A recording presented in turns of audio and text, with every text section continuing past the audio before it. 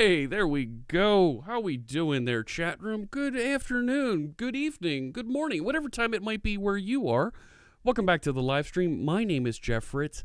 Today is May 2nd, 2019, and we're going to write a little bit of code today. How's it going there? Node Botanist is here. Hello. There they are. There's the Node Botanist. Thanks so much for joining us. Lannon's here. Final stream before you go on vacation. Congratulations on that. Thanks so much for the resub.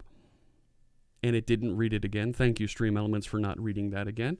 Yes, here's to many more. 5 months. I really appreciate that. And we'll make a donation to Veterans Who Code.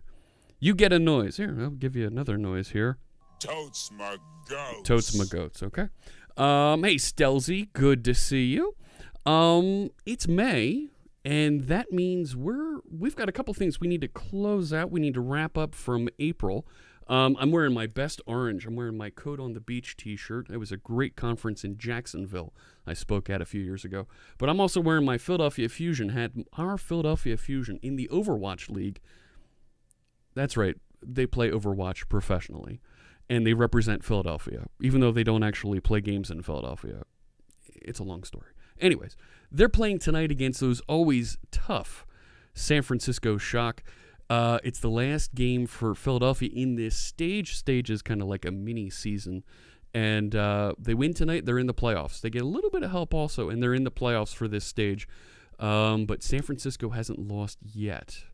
They're 5-0 going into tonight's match, and then they have a wrap-up against Shanghai. San Francisco versus Shanghai, yeah, that's a thing.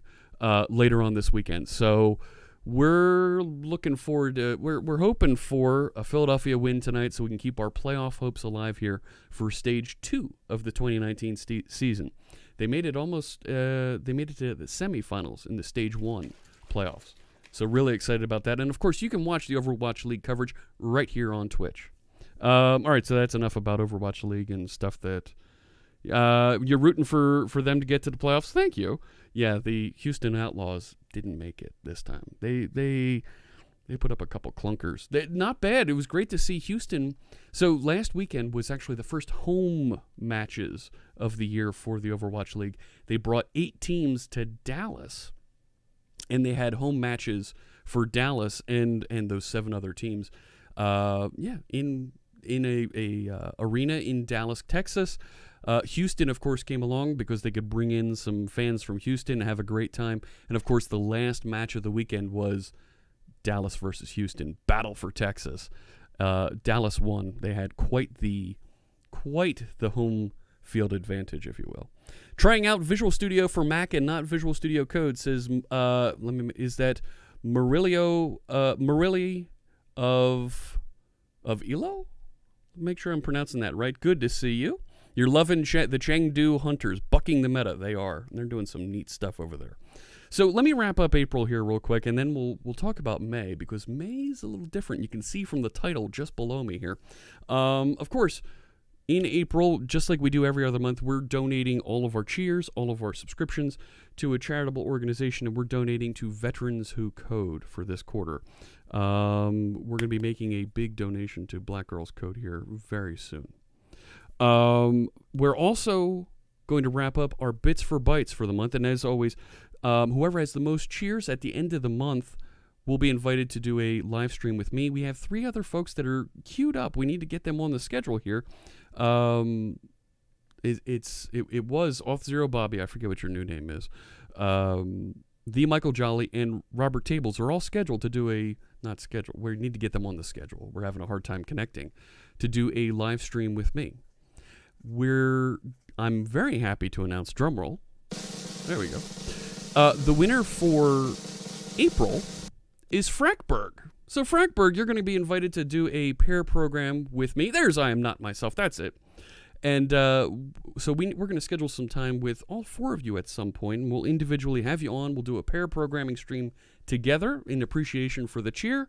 And and to thank you. And we'll learn some stuff together here on stream. And we'll support your streams as well. There's Landon BR. He did a pair programming stream with me as well. All right. So I think that's everything for April. I think that's it. Yeah. I'm going to get some music playing here in the background, and then we'll get into some of the fun here, because we're going to leave the friendly confines of Windows and make our way over to Mac OS. So we're heading over to a Mac, and Macintosh is Apple, and Apples are red. So let's play red today. There we go. Love that. Love that music. This, of course, is from Music to Code By. This is great music that's been engineered, scientifically designed by our friend Mr. Carl Franklin to get you in the groove, to get you focused on whatever task it is that you might be working on. Whether it's writing code, doing your homework, or even chores around the house, or even in the yard. Folks have said that they listen to this while they're mowing the lawn, and it makes things go by so quickly. Check it out at musictocodeby.com. musictoflowby.com is the app. You can download the app there. You can also get 3 songs free. Or if you'd like, you can get, I think there's 21 songs now you can buy for $35 at mtcb.pwop.com. Going to use your tax windfall to win in May, says Node Botanist. Hey, more power to you. Ed Charbonneau's here. Hello. Yes, I will see you next week at Microsoft Build. So Sunday there will not be a stream in the morning, my morning, because we're going to be heading out. We're going to be flying out to Microsoft Build. I leave at 8 a.m. and I arrive at 10 a.m. Pacific time. But that night, we've got a code party. Kev Rees, thank you for the follow. We're going to be at the Progress Software Party. Everybody's invited. It's at the Tap House, and you're going to be able to see more trivia, more fun. We'll have guests joining us, and it'll be your chance to win some gift cards. We gave away some gift cards to Amazon and to Starbucks this past Monday while we were streaming from the DockerCon Women in Technology event. That was a lot of fun. We met a couple ladies that have really done something with their careers in the technology space and have made a difference in what we do as technologists. So that was great. But that's what's going to be happening Sunday night. My schedule for Build is packed, wall to wall. There's going to be content just about all the time, Monday, Tuesday, and Wednesday, Pacific time from 7 a.m. right through to about 6 p.m. Pacific time. Almost 12 hours of content on and off throughout the 3 days. You're going to see almost 20 hours of content, but on the 3 days. The schedule is going to be going up. You should see it. It'll go up on the wall here. As soon as I've got 1 or 2 things that folks want to lock me in for. Whether it's demos with the live share folks, it's going to be pair programming with some folks like Ed Charbonneau from Progress. We're going to be doing some interviews with some folks, including, I think I can say this because we got the confirmation today. We're going to be interviewing Mary Jo Foley right here on Twitch, talking to her about enterprise technology and some of the cool things that have been announced at Build. So if you're a developer who's starting out, you're maybe beginner to intermediate level, and you're working at a company, you're thinking about some of that enterprise technology and how it's growing and changing, you're going to want to be able to ask Mary Jo some questions, and we'll have her here. We'll have a nice conversation as part of the panel discussion on Tuesday. Wednesday, we've got a couple neat things happening, and yeah, we're going to do some more Stream Deck plugin development with our friends from the LiveShare team. Of course, if you're at Build, you're welcome to join us in person at these various places. The full schedule will be getting posted just below me here on the Twitch channel. Lock me in the sense that you lock me in a room so I can't escape. No, lock me down because that's where all my streaming gear is and I can't escape. Good evening, Ancient Coder. Great to see you. So yeah, the Progress Party it'll be a ton of fun. Let's head over. There we go. That shot looks a little bit different, and I'll tell you why in a minute. Let's pull this down. So I've updated the Rainbow Beard goal. So if we can get to 8,000 by September 15, I'll dye the beard rainbow for TwitchCon. And I'll actually kind of fit in at TwitchCon if I did that. What I did, I went to a website called Social Blade. Anybody can go to this website. But why'd you come up with 8,000, Jeff? Why? Why? And I did a search for C# Fritz, because I know that guy. Yeah. I typed it wrong. Try this again. Twitch. Go up here and type C# Fritz. There I am. If you scroll down here and you look at future projections, Node Botanist. Oh my gosh. Let's get this race started. Woo! Thank you very much for that kind cheer, and we'll make a donation to Veterans Who Code. If we look down here, for the beginning of September, we should get to 7,900 followers by their prediction. If I click through to the followers milestone here, I believe it says 7,500 for the beginning of August. So to say 8,000 by September 15, where'd it go? There it is. Right, that's 2 weeks later. We're looking at another 80 followers on top of that. It's within reach. So I think that's well within reach. There you go. You can see that a little better.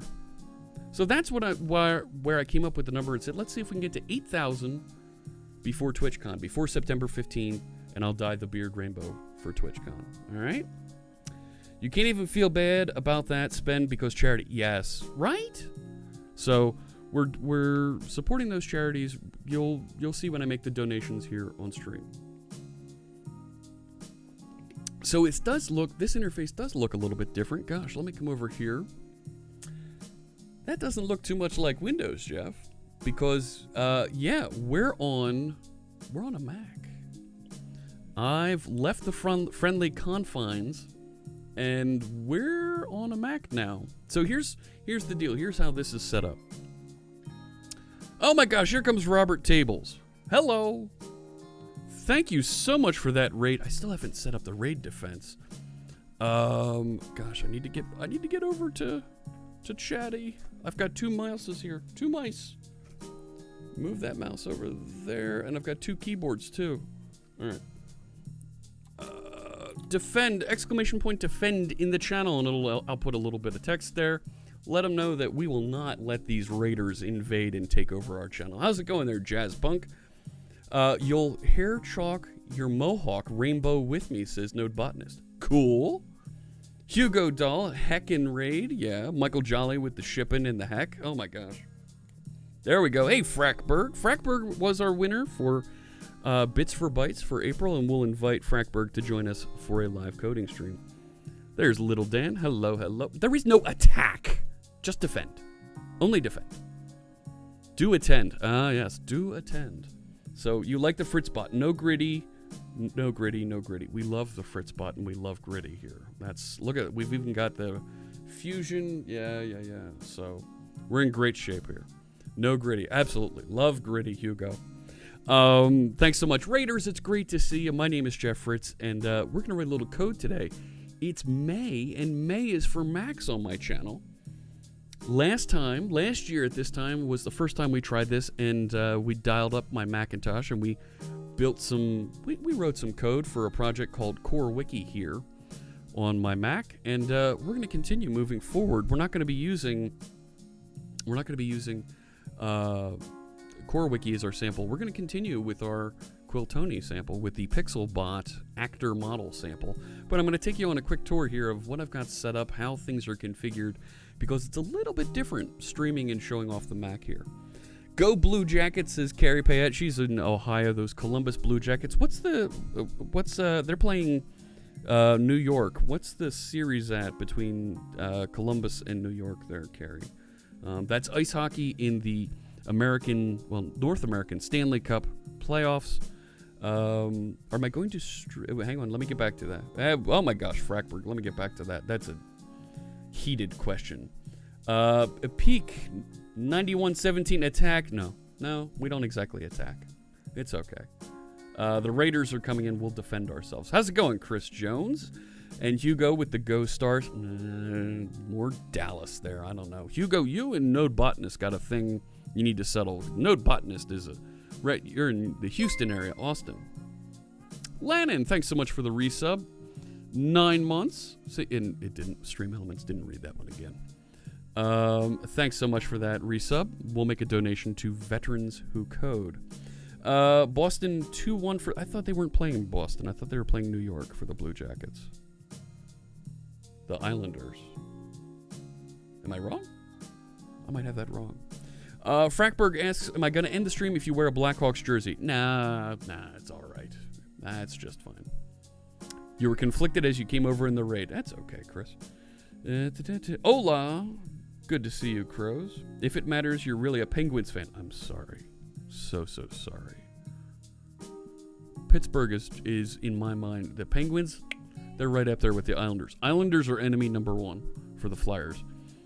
Penguins, they're a close number 2. You're an Austin, Houston fan normally, but you like the Dallas Stars a little. I'm sorry. Yeah, I'll crop out the shirt. There you go. There we go. Don't watch much hockey. That's okay. Not a problem. So, I've changed configuration up here a little bit. I was mentioning that things are a little bit different here on the stream today because I am streaming from a Mac. We're going to be coding on a Mac all month long.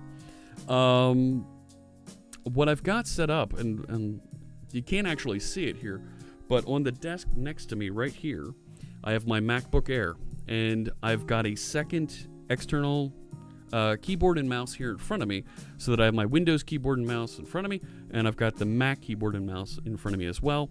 I have the video from my laptop being exported, and I'm using the same Elgato capture card. Here's my old one. This is the HD60. There it is. I use the HD60S because it's got higher performance, has a USB-C connection, where this one has the old USB mini connection.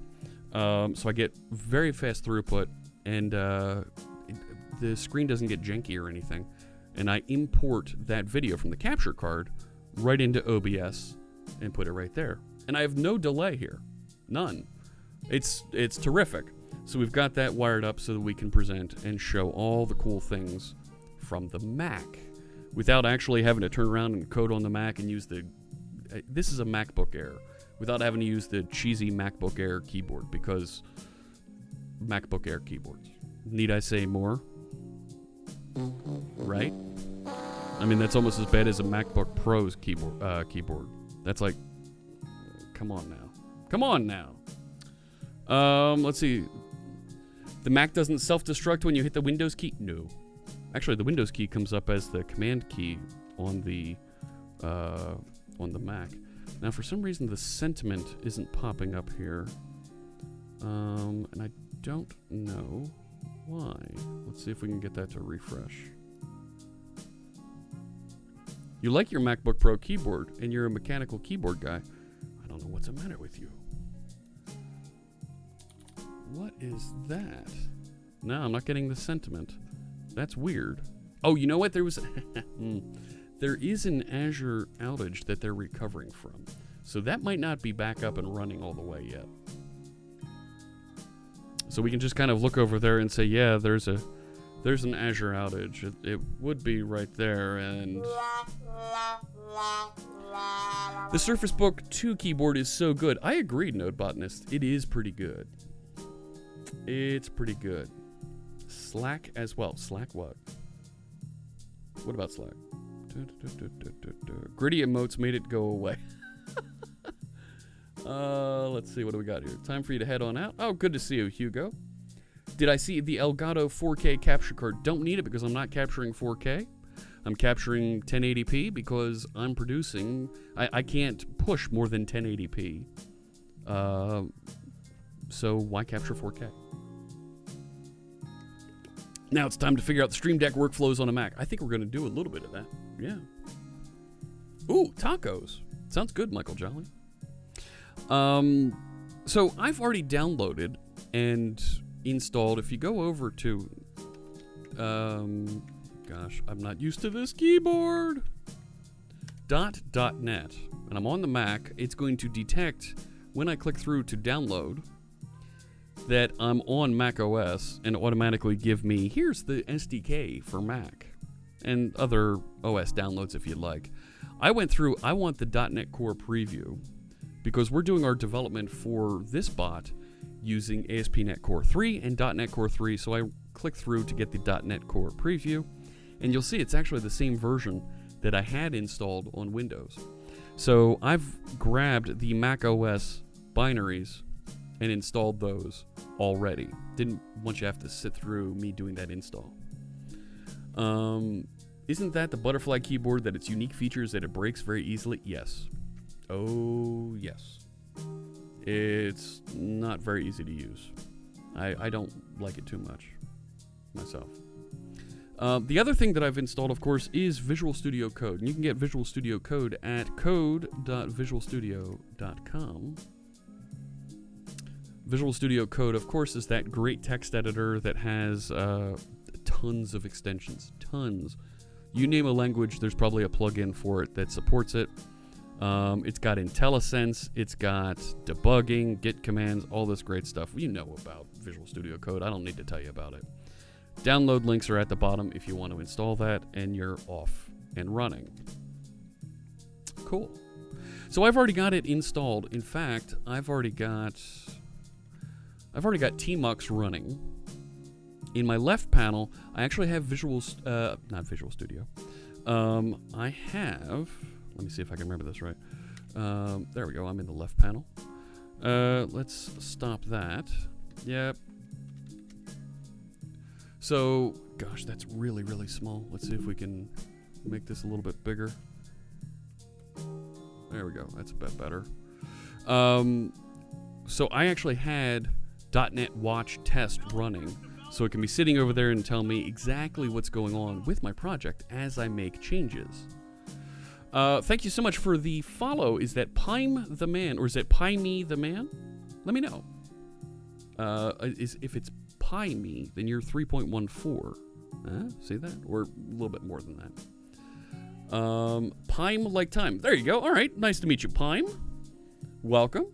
You had to remap the modifier keys, though. Recovering from a decade of full Mac use, still use it for work. That's all right. So I have .NET Watch Test running over here, so I can see when my tests are running, and I can watch them, make sure they're doing their thing properly. And then over here on the right side is just another. Right? I did. Oh no, it's Control B. There we go. Is just another text editor, so I can make changes in case I need to modify anything for what's running on this side just above me. I also have Visual Studio Code running right here. And it's already loaded up. I've already got it pointed at my project. So it's in the project folder, and you can see what I've been working on and poking around here already throughout the day, tinkering with this. And the compiler is fixed from last Tuesday. Let me get back to that, Stelzy. Let's recap that in a second, because, oh yes. JAF 1021 is here. Hello, hello. Good to see you. That's Mama C# Fritz sitting there. Great to see you. So Stelzy is pointing out, is the compiler bug fixed from the other day? Let me go back over to Firefox. So you might remember, let's see if we can head over to Twitter, because there's a great conversation about this with folks from the compiler team. We had this really weird error where the C# compiler wasn't recognizing interfaces. Now I don't want moments, I want notifications. Wait.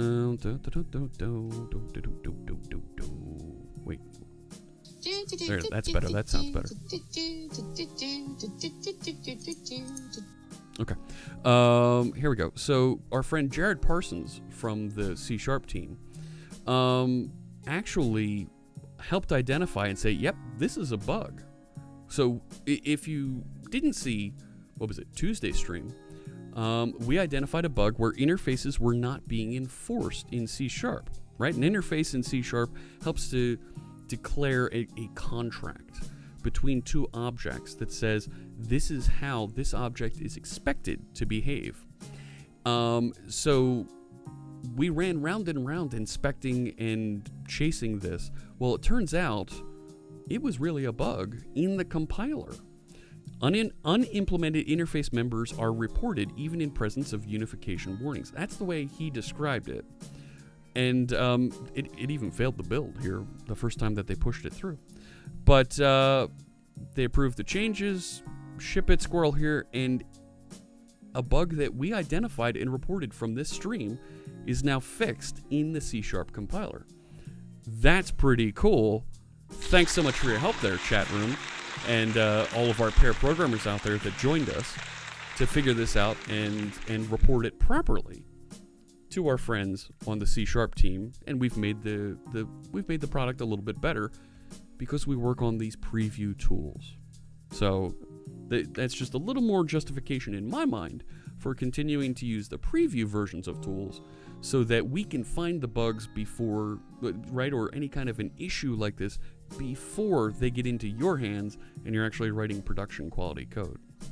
So, yep, it was a great community effort, Janescu, and I'm going to put together just a little highlight video that's 2 to 3 minutes long that shows the identification of the issue, the reporting of the issue, and then this resolution, so that we can share that on a blog and make sure that folks know, look, here's how Microsoft is engaging with the community and doing good things. So, that's the story there. And now you know the rest of the story. Right, Paul Harvey? Wasn't that his thing? That's right, Brave Cobra. Community does rule. It's great. Thank you, Rick. All right. What mischief? Svava is here. Svava, I can tell you. It can be done exactly how I want it. It can be. The only question is, are you the man to do it? Darn Skippy I am. We're going to do lots of it. It's going to be amazing today. Right. No, really, it is, Dr. Evil. It's going to be amazing. So, I've already downloaded, I have the project, this one here, the Pixelbot, downloaded onto my Mac. And it's running locally, but I've got this. I love that the security alerts aren't big red flashing neon lights. You need to fix this. But it's loud enough to say, do it! Because before you get to the code, they've done a scan and made sure that we've identified, hey, there's a version here that's been reported to have an issue. Hey, Parathon, good to see you. Who is Skippy? Skippy's the guy in accounting. Skippy makes mistakes every now and again. Skippy needs the compiler to tell him when things are working. Don't ask me why Skippy in accounting is using a compiler. But Skippy makes peanut butter also. Skippy's Alex P. Keaton's friend. Skippy, I could go on here. I don't think you want me to. Throw me a frickin' bone here. Right? Paul Harvey, news and comment brought to you by Citricow. Yes. Skippy is a kangaroo. We're a peanut butter. There you go. Thank you, Carrie. Thank you. See that? I've got Carrie helping me out. The more you know about Skippy. Skippy's a good guy. And then Do it live. So we're going to do it live. This is reporting a security alert on the project. If we click through to take a look at what that security alert is, it's telling me that jQuery in my project is of moderate severity. The world's gonna go to hell in a handbasket if we don't fix jQuery, you know what I mean? Now you want a peanut butter and jelly sandwich. Sorry. Catch you later, Chris. Good to see you. Thanks so much for joining us. So, it's only moderate severity. It's only... Because if it was critical severity, it would be...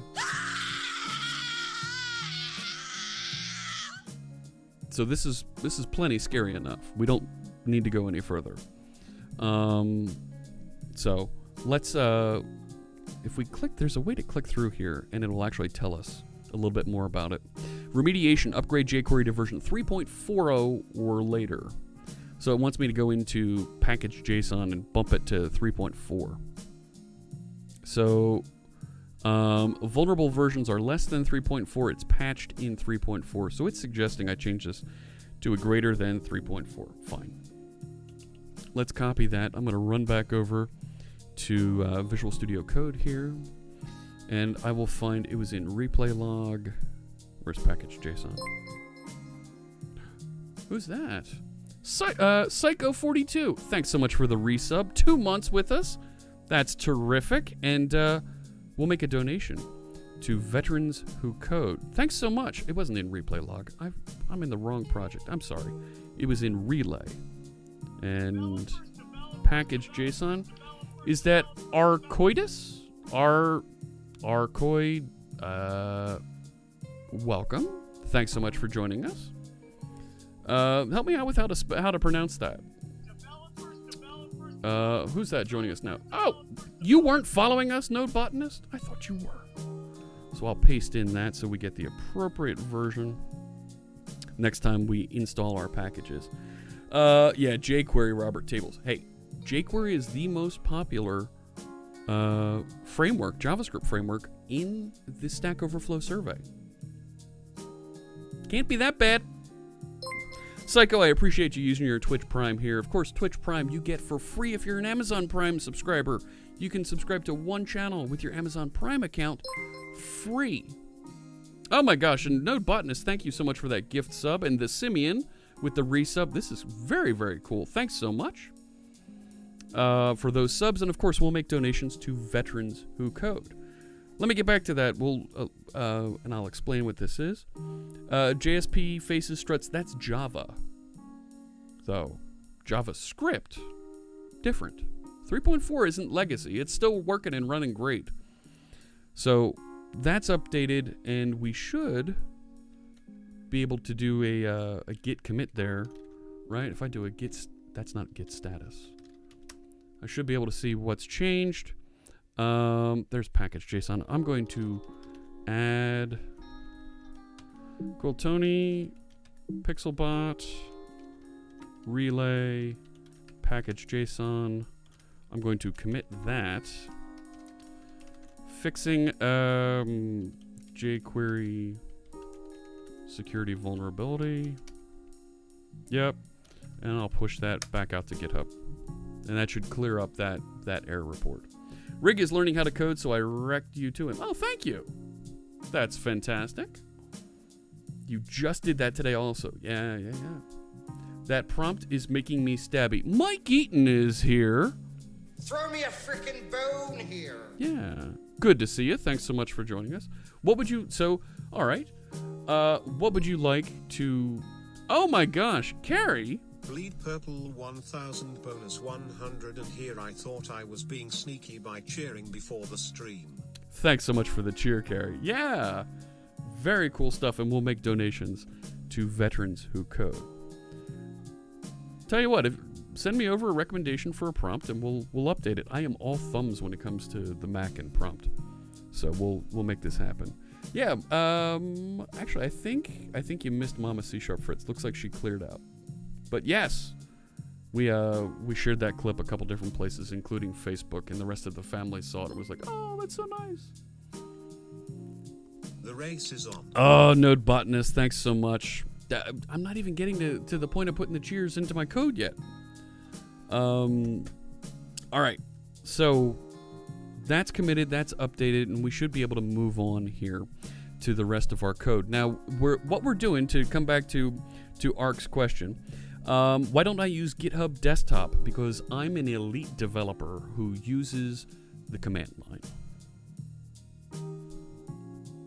You know what I mean? I could use the Git plugins over here in Visual Studio Code, but there's nothing quite like using the command line. Elite. I am one of the elite developers. Right. Hey! None of your lip over there. All right. Moving on. You do you. Thank you. Thank you, Node Botanist. See the support there? See that? It's so good because 60% of the time, it works every time. It does. You source tree like a boss. What can I tell you? The command prompt is where it's at. And then? The CLI is really just quite amazing. And then? You could be someone like I am not myself, using Git since the CLI was the only option, so of course you know it. Right? Command line better. There you go. Yeah, if you like the CLI, use it. And the best one is the one that works well for you. So, I've been doing a little bit of work here, pushing around some things inside of our Pixelbot project. Now, the Pixelbot, to answer, is it Ark? I'm going to say Ark. Ark's question is, other folks build chatbots, and most of the chatbots they build are single-threaded, single-stream. They connect, they manage one channel, and that's about it. Good for you. Way to go. You've done a good job there. Bravo. Well done. Okay. But what if you need to get outside of that? Oh my gosh, Carrie, thanks so much for that. 100 bonus 10 you do you boo boo. It's oh my gosh, and here comes the bleed purples too. Bleed purple 100 dependency rejection is never fun. Bleed purple 100 bonus 20. It is never fun. So what we've got here, if you're doing teamwork, yes, you're a glutton for punishment. Better I'm not going to go there. Better a glutton than a gluten. Gluten than glutton. Never mind. So what we've started doing when we need to have a bot manage more than one channel, how do we do that? How do we get beyond a single thread? How do we get to multi-threaded? What happens when we have 1,000 folks in the chat room, 10,000 folks in the chat room, 30,000 folks in the chat room? Single-threaded isn't going to cut it. So what we did is we've taken what was originally the bot we wrote for Quiltoni to manage the faux currency in her channel. And let's throw a quick shout out there for Quiltoni. Hey, there we go. That worked. So, yes, stay away from the gluten. Absolutely. And it may turn out that Papa C# Fritz has a gluten intolerance as well. More news on that as it develops. So, multi-threading, concurrency, yes, we need to receive those messages from the chat room, delegate them, and let them be handled with appropriate messages being sent back as need be. So there's a lot of things going on there. So we're not using any of those, ARC. We're not using MVVM, MPC, or MVP. And those are different, MVC, that's what I thought you meant. Those are different architecture patterns. We're using something called the actor model. And we're using a framework called Akka, specifically the .NET flavor of Akka called, conveniently enough, Akka.NET. Naming things. It's hard. Shame. Shame. Shame. But I think they named it something easy to remember. You can handle concurrent messages in a single thread. Yes, Vasily, you can. But when I do need to scale up and I'm handling multiple, if I'm handling a dozen or so channels concurrently, we could start to see pressure, particularly network pressure. So I want to be able to distribute, to be able to scale, and eventually get into Kubernetes. And those are patterns for gluing the UI to your backend code. Yes, Brave Cobra. So, while we could handle concurrent messages on one thread, I want to be able to have the opportunity, the option, and let a framework manage that option for me. I don't want to have to figure out and manage threads. Let the actor framework manage that for me, and let it delegate appropriately, whether it's in one process, one thread, multiple processes, multiple machines, multiple containers. Let it figure that out for me, and then I don't have to worry about scaling. So as it grows. Oh, thank you, Vasily. I appreciate the clear up there. Well done. Yes, thank you. Totes my goats. Totes my goats. Concurrent programming for multi-threaded programming. Yes, absolutely. So I do want to make sure that those are options available to us. What's my opinion about dependency injection? Should we use it? As an architect, the answer is always, and as a consultant, the answer is always, it depends. It's a terrific tool to use if you're building a system that needs to be extensible, you're building a system you want to be able to unit test and swap in mock objects. It's a tremendous architecture pattern to use. Has a lot of power. However, if you're doing development on IoT things like our friend Node Botanist here does, you're building for little things like a Raspberry Pi or an MX chip. It's going to be architecture overhead for a device that small, and you're going to benefit from hard coding things and binding a little bit tighter to those types of things. Or if you're even building for a Xamarin project, or even not Xamarin, you're using iOS and Android development, you're going to want to get things a little bit tighter bound, and you're going to sacrifice a little bit of flexibility for code size and maintenance. Just write pure functions. You don't need DI. There you go. It's going to be the Fritz labelments instead of Streamlabs or Elements. Yeah, it's going to be based on the D of solid. It's so when you get to scale, when you start thinking about developing for gigantic cloud size scale, something that is, quite frankly, huge, impressive size. Yes, absolutely. Go nuts with your architecture. And then you can optimize those things independently that need to be. So we're anticipating this project, at the very least, we want this chatbot to run on a cloud server somewhere. Hopefully on Azure. Hopefully. There's no reason it shouldn't be. That's where I'm going to put it. But if we need to scale, we want to have that flexibility and option. You love the sound effects? The Simian, you ain't seen nothing yet. Because I'm not going to go down the problems with I'm not going to go down the problems and the challenges with different cloud providers. It's a very deep hole.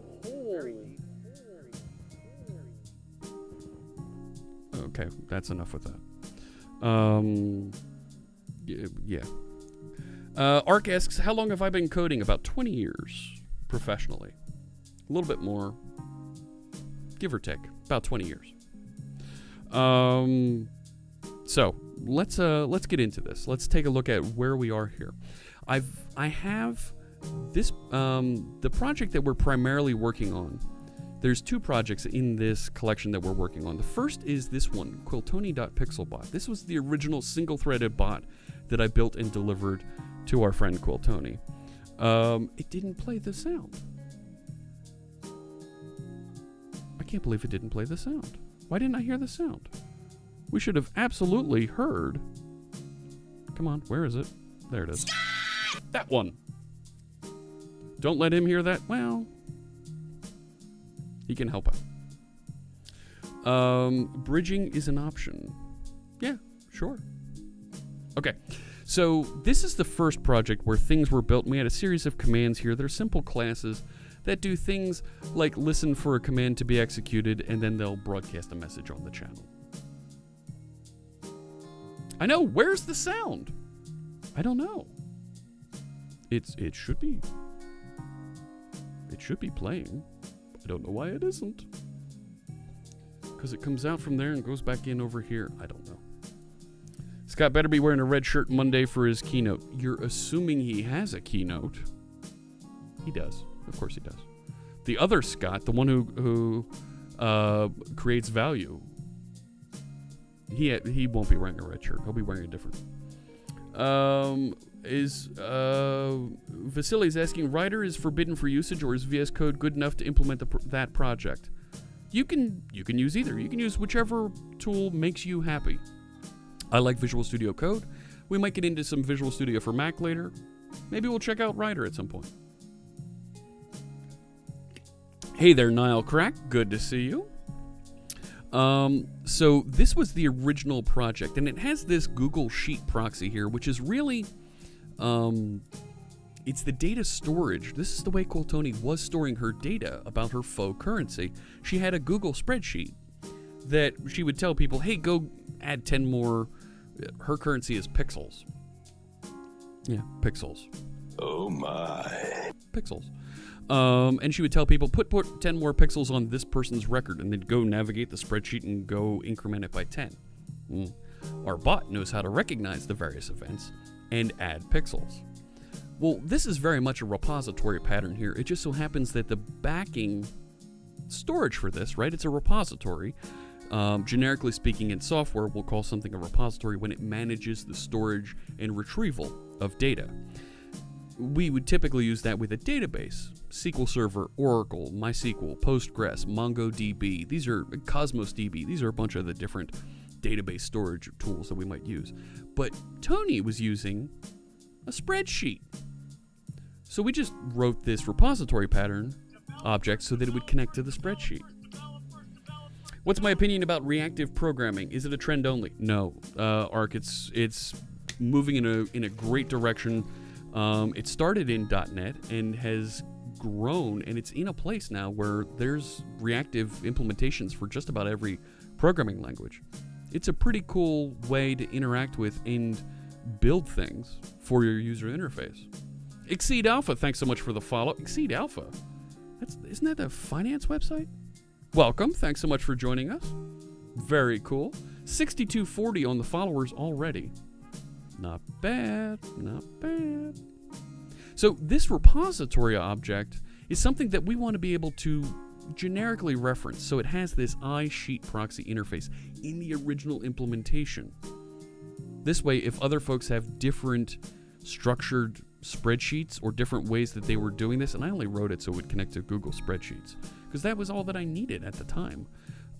We can write another one of these. And our friend Dryad T, who also uses this bot, has a slightly different configuration that she uses. So we updated so that it accesses that data appropriately. Okay, fine. But we need to get that interaction now into our actor model. So our actor model, for those of you, just to get you up to speed quickly, our actor model is a series of hierarchical objects. And they come out of an actor system that's defined here in the startup class. And if I scroll down here, you'll see, there it is. It starts with an actor system object that's created and is made available as a singleton. Where is it? Actor system, where'd it go? There it is. The actor system object that's created as a singleton. There's only ever one in this process that runs and manages all of our actors. Kind of like an agent. A Hollywood agent. Like Arliss, right? Now I'm showing my age. All right. So we then create the top level actor, which is in this case is a channel manager actor. The channel manager actor is a little class that knows how to join channels. That's it. It receives a message that says join channel, and it goes down here and creates what's called a channel actor. It'll go and create an actor appropriately and says, go join this channel, the C# Fritz channel. And the channel actor is sitting right here, and you can see when it receives a message, when it starts up here, it knows how to connect to Twitch. It connects to Twitch, connects to the appropriate channel right here once it gets connected, and then starts listening for all the different events, the 6 different events that are important to us as a bot developer: new subscriber, resubscriber, gift subscription, raid, chat command, and messages. And then it just listens. When we receive those messages, it's going to hand off to other actors. And these other actors know how to handle and do something appropriately for those events. And that's where we've left off. We have a chat command actor, and we build our very simple first chat command. So a chat command actor receives a chat command event with chat command arguments and says, well, what type of command should we actually run? So the first one we started with is the teal old man command, and this was an Easter egg that we snuck in here, so don't tell Quiltoni about it. Shh. Thanks so much for the follow. Is that Civil Twitch 2? I appreciate you joining us. So if we peek down here at this one, this receives those same arguments, and all it does is, it'll forward an out message back. And the out message is simply, we're going to broadcast everybody in the channel. Teal old man is blowing up chat. Everything is now blue. That's easy. That's the simplest type of command. And actually, for an Easter egg, it helped us identify and flesh out the broadcast and whisper methods. The second one that we created was the guess game.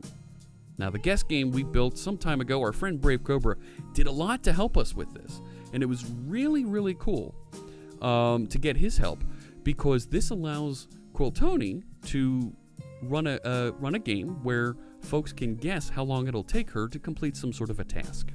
And it keeps track of those in memory using a state machine object. Well, we need to manage those. So if what do you mean there's no definition? It's right over. Can I do this? No. Let's do that. No. I need to do that. Ah, there we go.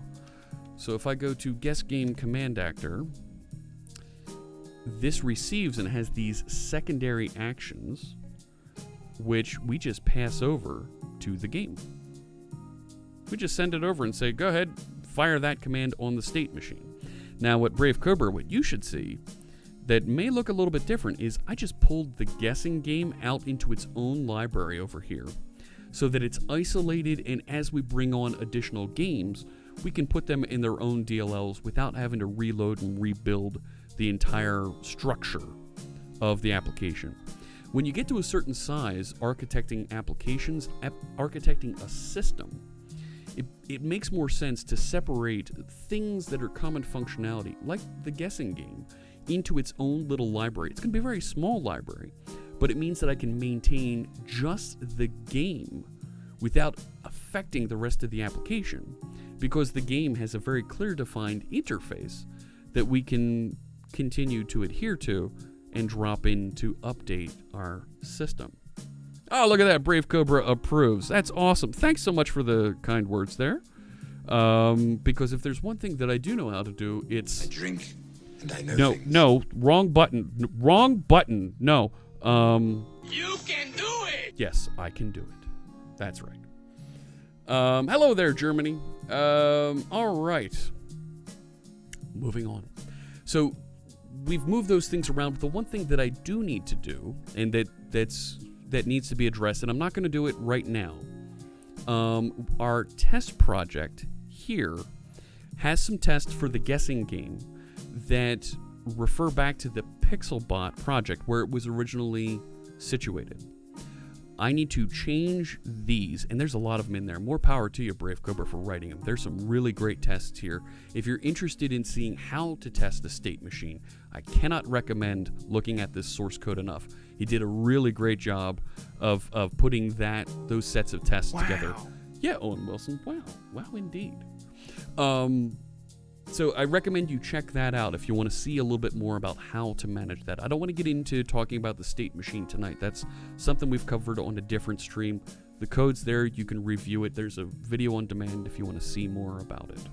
But I want to repoint this now so that instead of testing against the original project, it tests against the new project. And that's just a matter of a find and replace and repointing. Wrong but tentatively correct button. Yes. Right. Macify test.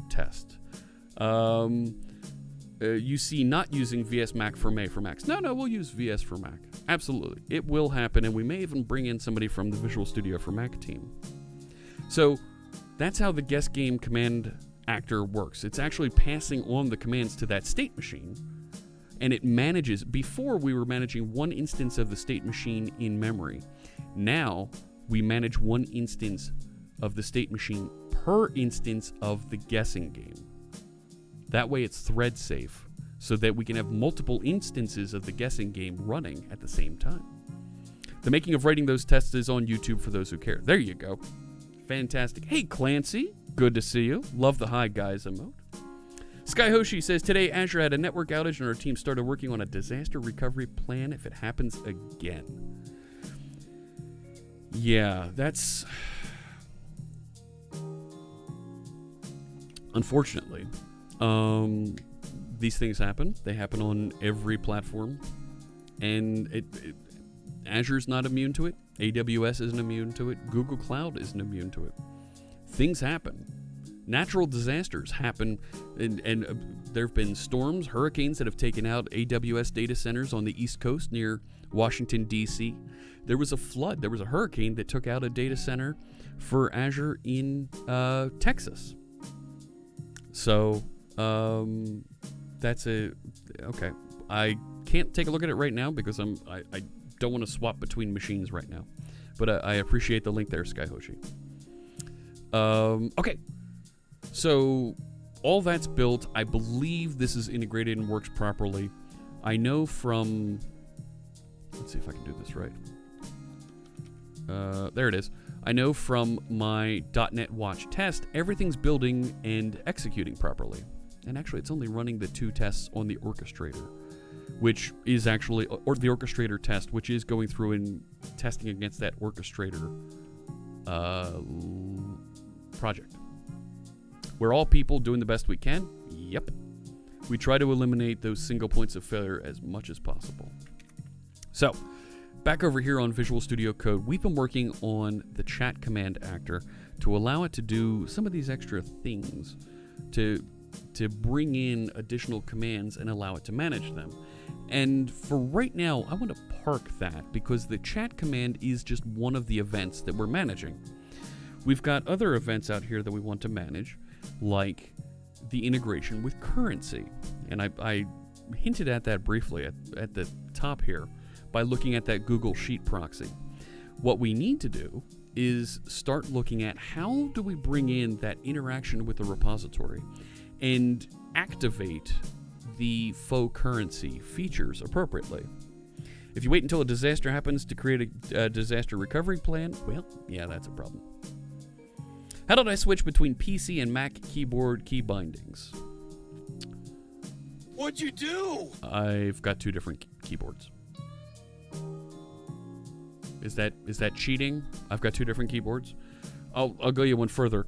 My keyboard, it's the same one Robert Tables has, is the Vortex Race 3, and it actually has a switch in it that I can use. It's the PN key W to go into Windows mode, PN key M to go into Mac mode.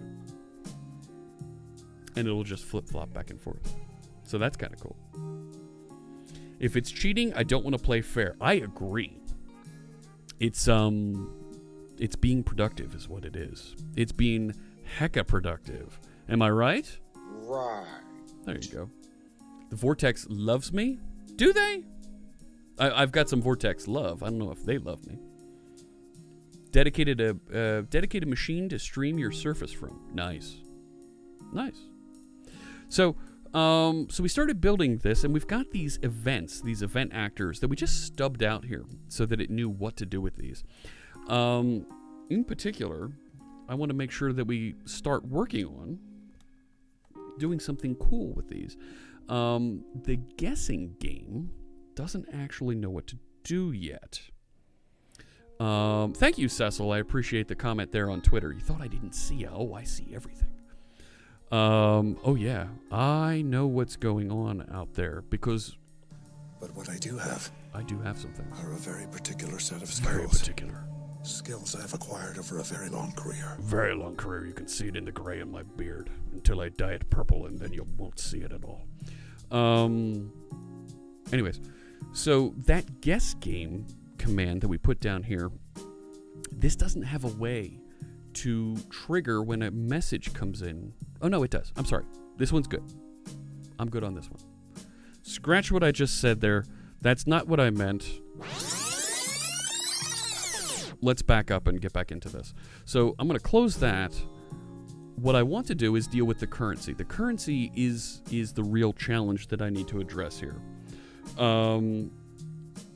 Because in Quiltoni's business rules, I can't believe I'm saying business rules around Quiltoni. But it's true. There are business rules there, and if we don't get them right, they'll break. And I actually did have a mistake in them in how they were implemented for our friend Ruby, Dryad T here on Twitch. And it was a real problem. It messed up her data storage bad. The business rules for the Pixelbot, you can see it. I hard-coded it here in Pixelbot CS. It worked. It was the least amount of code I could write. Are things like when somebody subscribes, if they subscribe with Twitch Prime or Tier 1, they get 10 pixels. If they subscribe with a Tier 2, they get 25. And if they subscribe with a Tier 3, they get 60 pixels.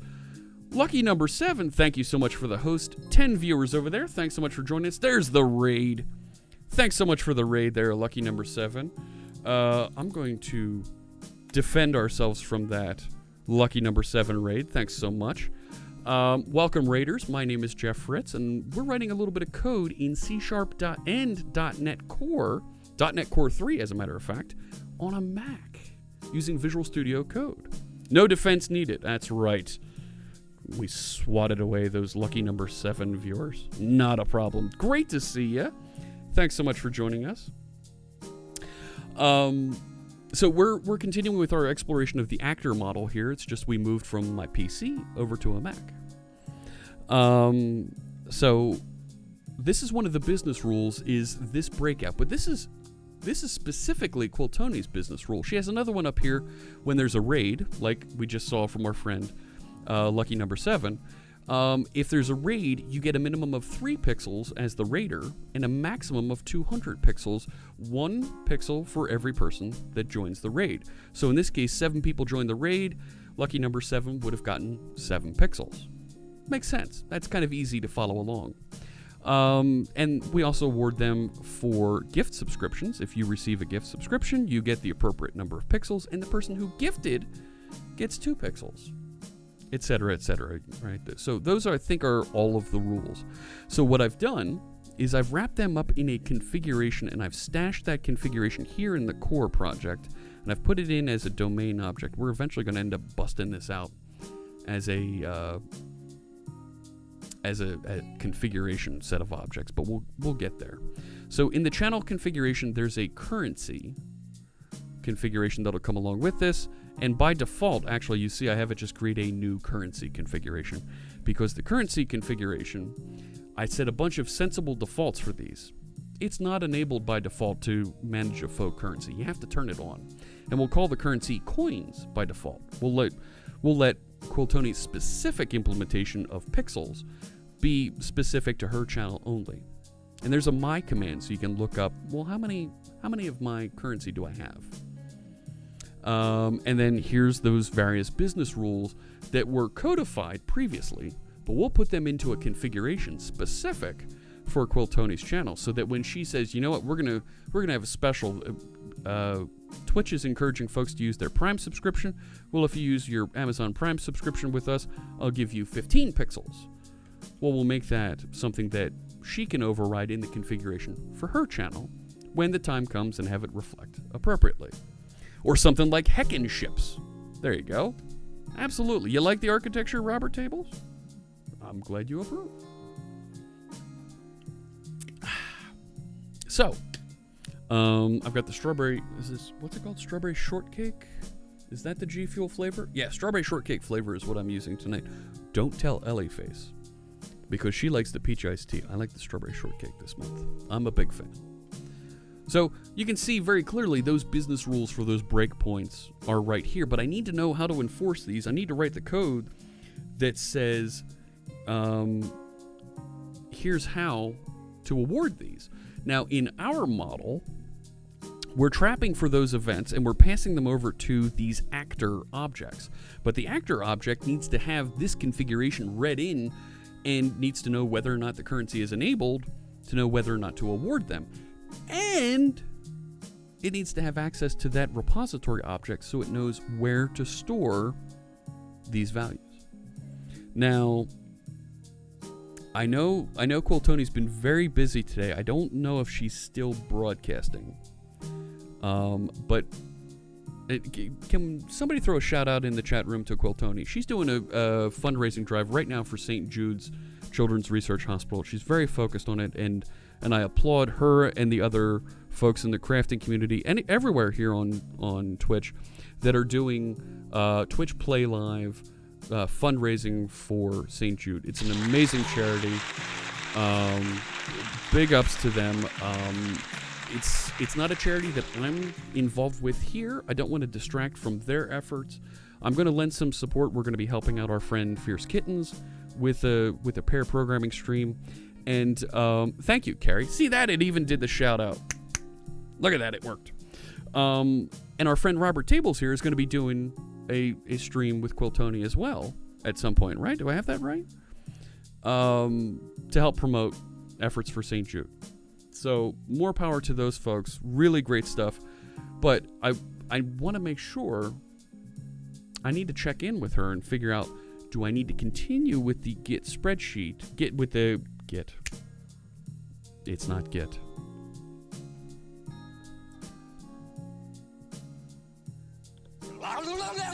It's actually a Google spreadsheet. Do we continue with the Google spreadsheet, or can we put it in a database and then export it every now and again to the Google spreadsheet, because there's an API limit on the Google spreadsheet, which means I would need to queue up those changes to the Google spreadsheet as they happen so that I don't overflow my API limits. So I need to figure out a little bit about that. But Cosmos DB, because it's awesome. It's magic is what Cosmos DB is, Electric Havoc. It's pretty cool. So what I think I want to do here during this stream is I think I want to handle the new subscriber actor. This is somebody who's brand new. Table storage is very cheap. Could just store it as a bunch of XML files out there. Oh, XML! Who likes XML? Everybody loves XML, am I right? Am I right? Chat room? Who like XML? Anybody? Please? No. Okay. There. Oh, Nilecrack does. There we go. It's amazing. XML. It came to you, was brought to you, and it was delivered over a modem. Here, I'm getting my XML out of the database now. Hang on, 1 second. It's okay, says Alex. Well, I'm still waiting for it to download. Hang on. I'm gonna download it over 56K here. No, stop that.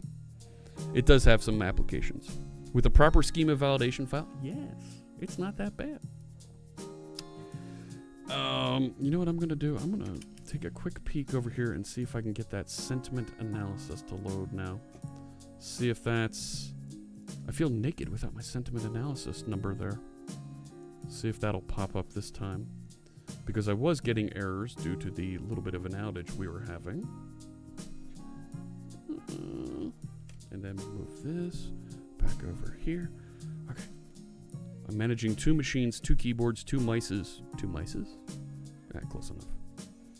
Alright, so our new subscriber actor is going to receive a channel configuration, which means that it'll know a little bit about the currency that it's going to manage and whether or not it's enabled. When we build an actor, what's important is that we oh, it doesn't have my snippets. There it goes. Thank you. But why wasn't it filled out as whatever? Wait, no. What am I doing here? It shouldn't be doing. I was right the first time. I'm overthinking this. My apologies. Looks like Azure's all back up. Don't think so. Not in my experience does it look like it's back up. Moving on. So, the new subscriber actor is, when you define these actors, you start to receive events, messages that are being passed in, and messages are sealed classes. So you actually want to receive. So if I say this dot, oh my gosh. Visual Studio Code in IntelliSense isn't working, which means this is going to be a real challenge to make sure we get all of our code right the first time we type it. That's going to feel really bad. Yeah. Oh yeah. Why isn't my IntelliSense working at all? Select language mode. Yeah. C#, please. No, doesn't see it. Oh man. Hang on while I tie an arm up behind my back. Whoa. We're going to receive a message of type... Oh my gosh. Oh man. I'm quite frankly a little intimidated. I am. I need to... No, that's not where I want to be. Is it this one? There we go. I want a... Where is it? The channel actor. We're going to be receiving the arguments. And it's not going to tell me the type because we don't have IntelliSense. Thanks so much. Yeah, we're not going to get that either. The arguments being passed in, or I thought they were on channel. I'm gonna steal this one. On chat, command, receive, args. Oh, man. Seriously, it's, So we'll paste that in. I'm gonna receive those, and I'm gonna do something with them. Sometimes in VS Code, you gotta restart it to see if IntelliSense. And you restart OmniSharp. You know what? I've restarted OmniSharp several times. Which then begs the question, how do you restart OmniSharp? It's this chalupa right here. There's the log. Right, and if I try and restart, isn't it this one? There we go. Reload window. Right? I got the syntax highlighting. It's the right syntax highlighting. OmniSharp server started. See, I don't think it's going to work because we're in .NET Core 3.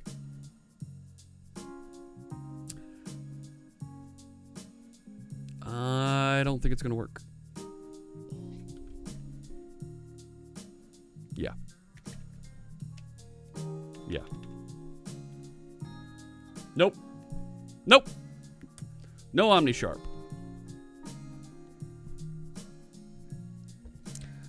Are you feeling lucky, punk? Well, do you? Nope. Not gonna get it. It's loaded. It compiled and ran everything. And it's running just fine. But it doesn't know what to do with it. I've even got the little green doodad. Yeah. We're toast. Do I have the SDK installed on the Mac? Yes, I do, Parathon. .NET. Ta-da! Oh, yeah. So, reboot entirely? No. Come on, I'm in the middle of a show here. I can't reboot. Sorry. Not happening. VS for Mac? So my Visual Studio for Mac isn't fully updated yet.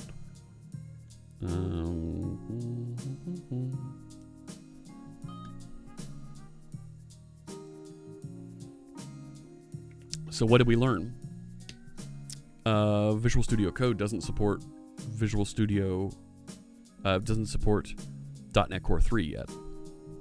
Start there. That's one thing we learned. So this is still Visual Studio 2017, which shouldn't be terrible. Yeah, look at that. Downloaded. Let's just try opening to start and see what happens. Not this one. Go up here, over there, this one. Yeah, open the solution. That's why I double clicked on you. Shots of Whiskey says I am not myself. Totes my goats. That's not a bad idea. We might get there. I love how small everything is. Restoring packages for solution. They were already restored.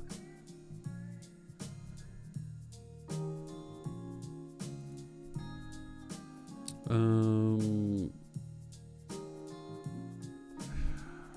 want to get my font size, but Visual Studio for Mac doesn't support that. So I'm kind of dead here. I'm not kind of dead. I'm pretty dead. I didn't want you to open that. Oh yeah. Packages restored with warnings. Yeah, right. If I go down into actors, what I'd really like is I'd like to move you to the other side. Thank you. See, and I can't zoom that in, and it looks really bad at this. If I go down in here, guest game, command actor, why do I have a yellow doodad there? I was trying to work in, new subscriber actor. I'm not sure why it's got a yellow thing. Unless we didn't check it in. Yep, I know that's not complete. Oh, I'm going to get some IntelliSense here. Fantastic. So I could create a lambda expression here. I could do that. Can I at least zoom in here? Can I zoom in? at least get the font size. There we go. I could do that. And, right, it doesn't know what those are, does it? Yeah, and I don't have control. Oh, yeah. The things we take for granted coming from Visual Studio, it doesn't know what that type is. Which I believe is using TwitchLib client models.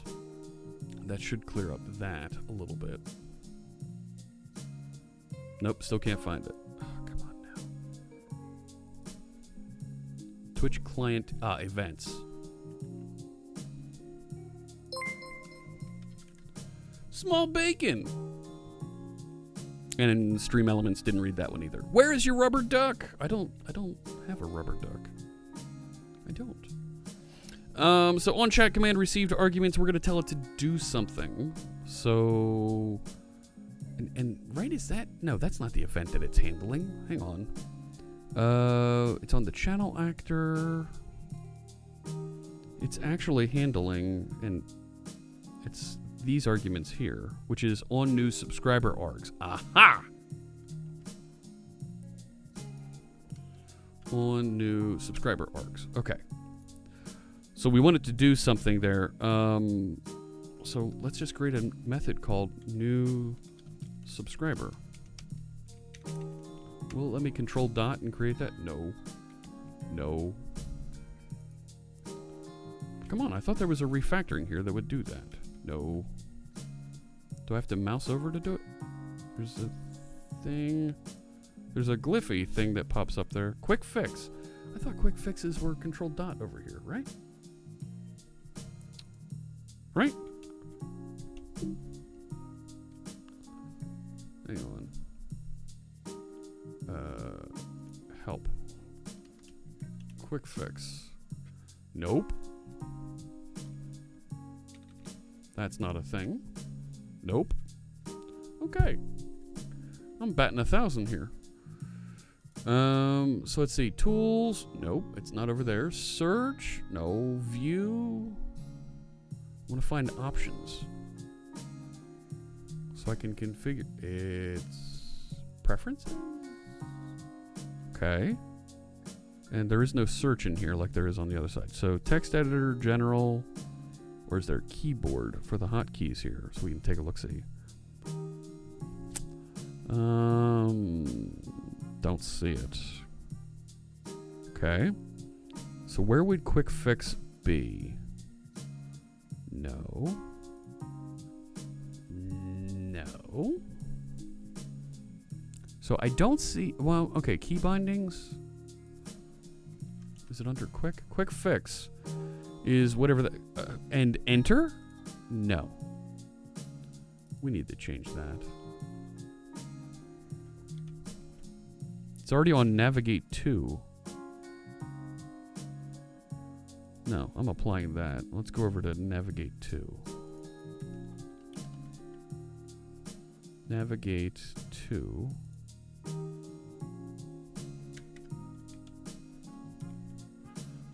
Hang on. No, no, no!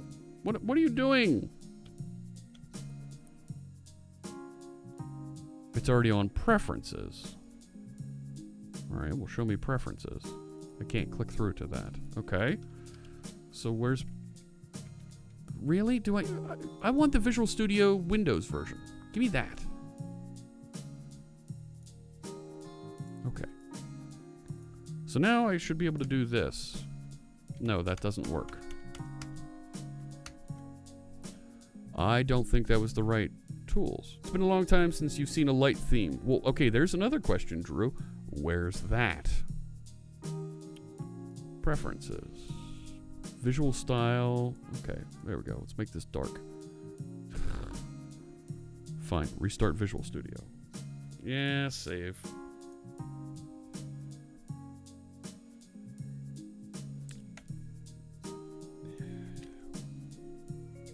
Come on. Really? It's taking that long to restart Visual Studio?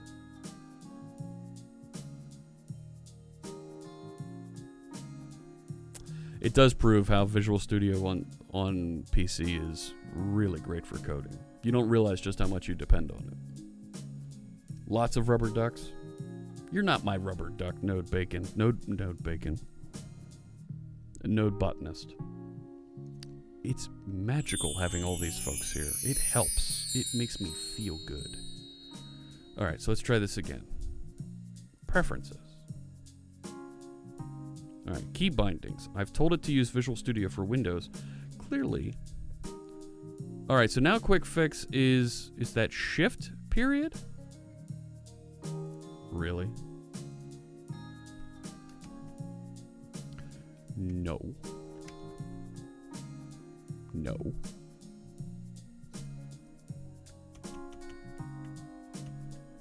Nope. Ah, there, finally. All right. Too protected. No, it's not on that at all. It's over here. There we go. Resubscriber using Twitch client. What is that? No. Generate method. Yes, that's what I want. Whew. All right. So these are the arguments being passed in. Give me those. And I don't want to throw a not implemented exception. We want to do something much more productive. Dander119, thanks so much for the resub. 4 months in a row.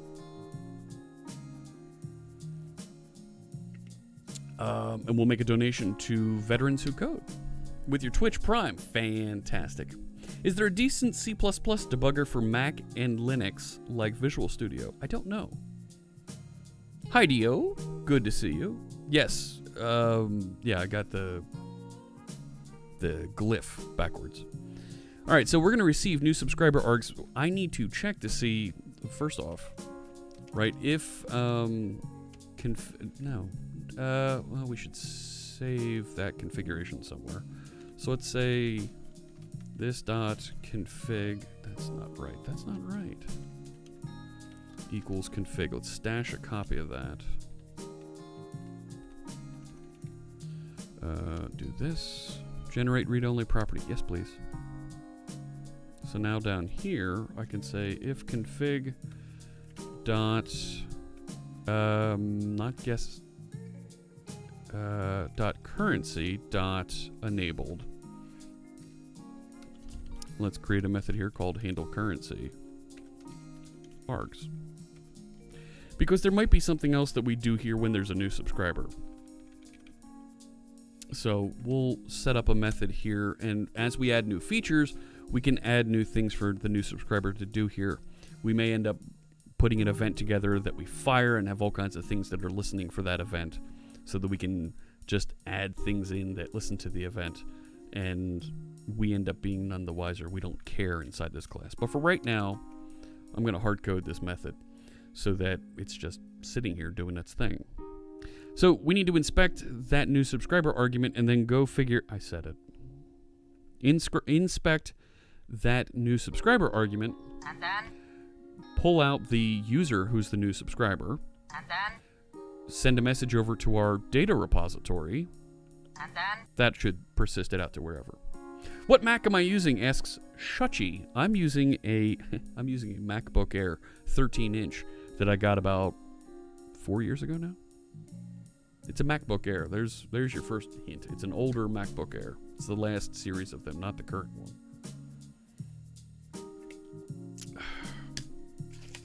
So, let's see. What do we got here? All right, so we're going to handle the currency.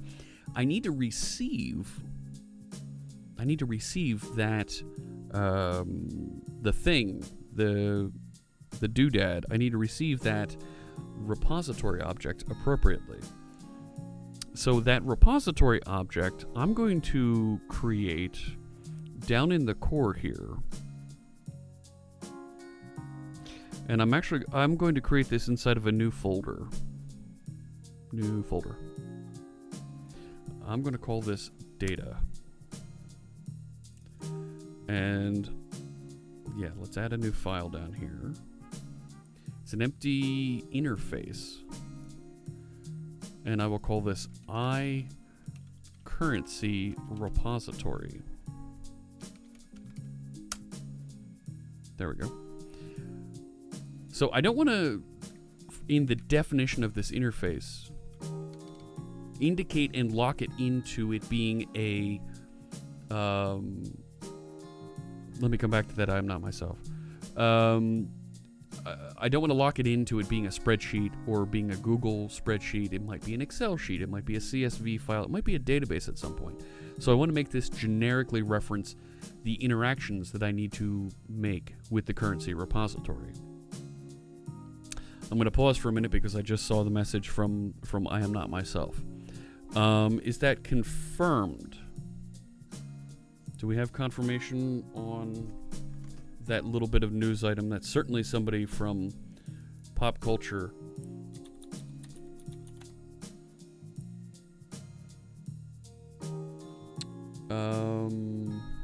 Yeah, I see it on USA Today.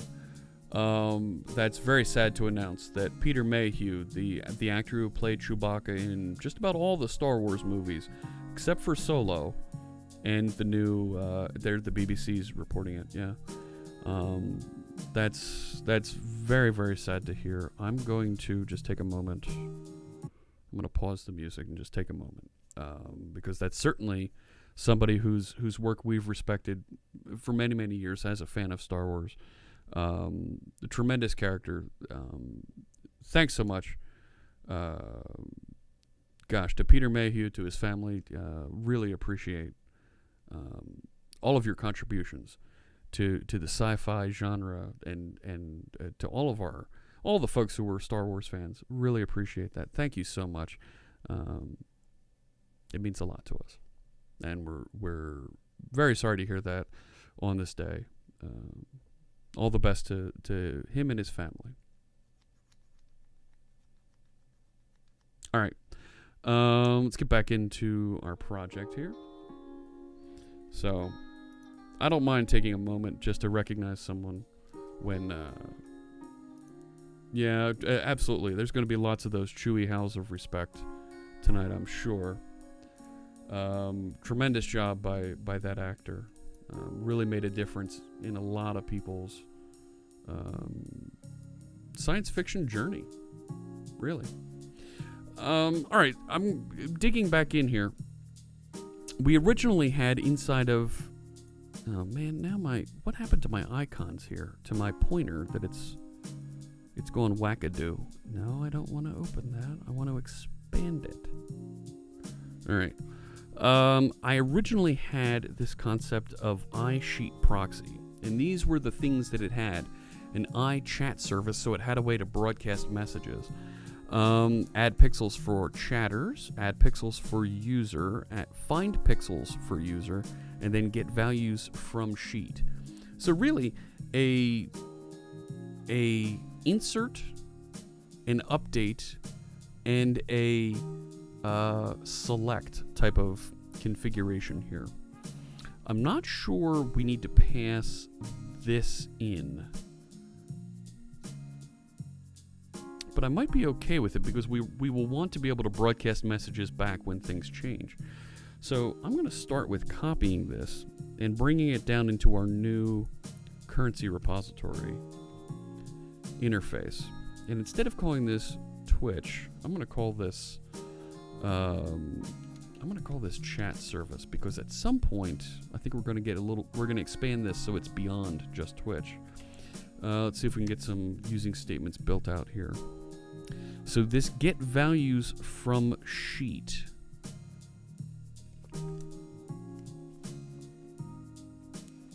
gets a row.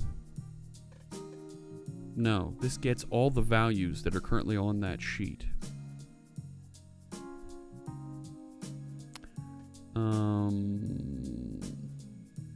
don't really like this configuration of a list of lists. And two days before Star Wars Day. Yeah. Hey, King 440, great to see you. This is going to need to change. I'm not going to rename it yet, but I think we're going to need to rename it. Add pixels for chatters. Let's call this add currency. Now, for chatters is specifying a channel. This is where we grant everybody in the channel an amount of currency. How's it going there? Is that Jesus Botella? We're working on a distributed. Well, it's a chatbot that can manage multiple channels, and the feature we're currently working on is managing a fake currency. So we have this currency repository. We want to rename this. Let's just call this Ad for Chatters. And I think part of me thinks the syntax of channel, right? Let's call this number to add instead, so that I could even just shrink that down to add, because it's kind of clear you're adding, right? An ad for a specific user. They've got the same syntax, the same argument structure there. Oh, thank you, Jesus. Right? I'm assuming it's Jesus. Is that correct? Let me know, and I'll be sure to address you properly. So we're going to add for that, and then find, right, this is kind of the report, right? Find for a user, and then based on that user's name, report the amount of currency there. Fantastic. Glad to hear it. Wow. Great to see you in the chat room. All right. So this, the only thing that I cringe about here is this one, because this really is records that it's bringing back, and I know Gareth is here, right? Gareth is probably looking at this and going, that's a record type, that should be records, right? F# handles records very nicely, but we're not in F#. We're over here in C#, so we're kind of hamstrung a little bit with how we're going to interact with this. I think that's all I wanted to go with for this bit. Yeah. So if I'm doing this right, I'm going to close out of this one. For a new subscriber, not only do we want to receive the channel configuration, but we probably also then want to receive the currency repository. Thank you, Jesus. I appreciate the follow. And yes, Steve is welcoming our new developer friend. Glad to see you.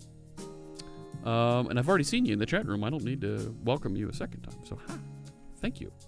All right, so I'll Control Dot, bring in that reference. So now when I'm handling currency, I know it's already been enabled. I know I've already got the feature here.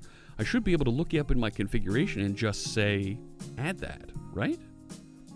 Right? If I, let's save the currency repository. So currency repository equals that thing, and then I will Control Dot. Yep, we'll generate a read-only property. So we've stashed a copy of how we connect over to that data storage. I should now be able to say currency repository add for user, because this is a new subscriber. So the username we're going to pass in is coming off of the arguments. The subscriber, we'll look at that subscriber and we'll get their it's not display name, their login, I think is what I want. I think that's what I want. Then we need to specify the number of the number to add. Well, the number to add is for a new subscriber, which is in config currency award for is it prime? Is it tier 1, tier 2, or tier 3? We need to look that up.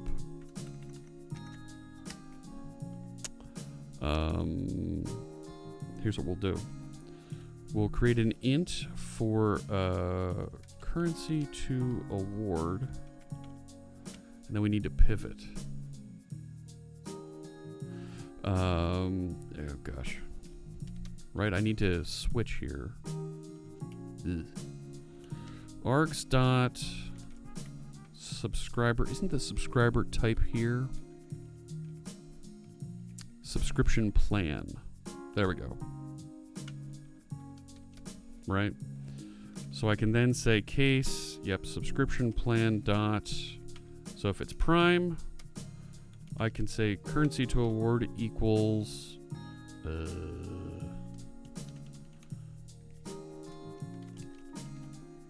No. Config dot currency award on Prime. Hey. Hey. There we go. That's better. Twitch lib client, tier 1. Oh, you know what? I could put that. I could put it like that, so that it just includes for both of those. And when you structure the code like this, it'll fall through from one to the next. So for tier 2. Wait, I can't do it like that. Can I? No, I can't.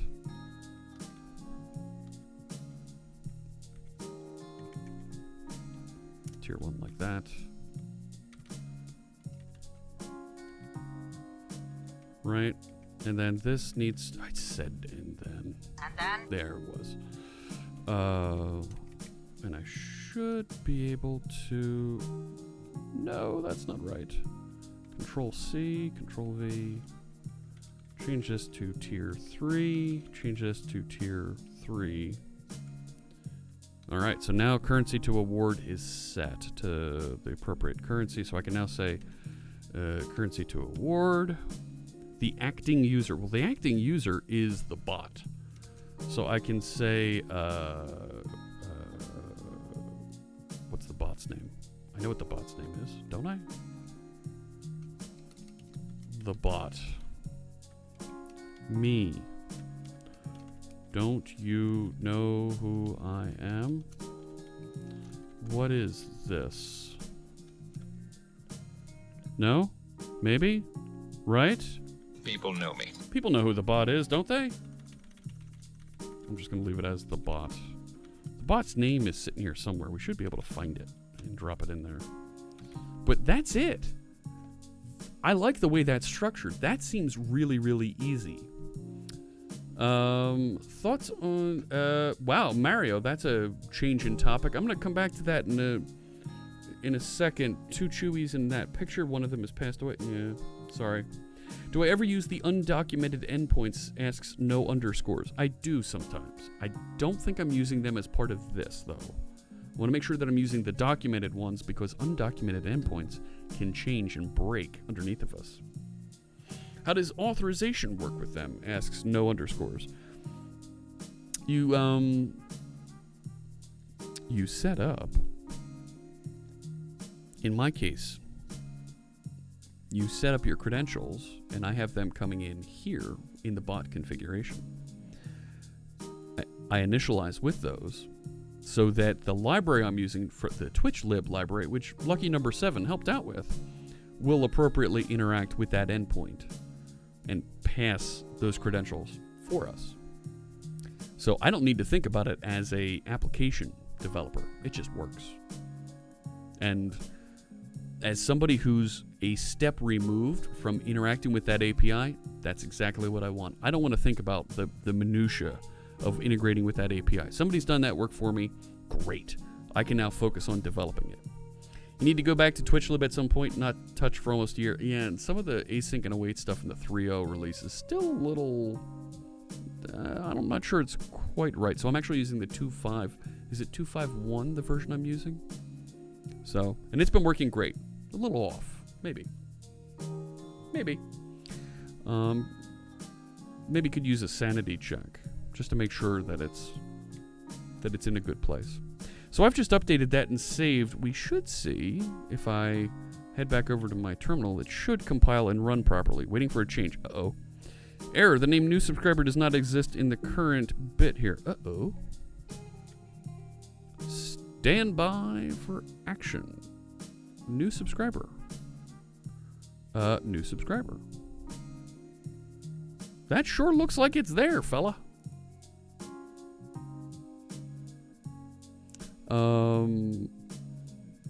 Right, that's a thing. It should do it.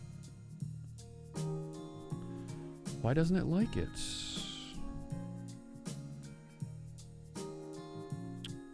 weird. Right? That's strange because it's clearly here. Right?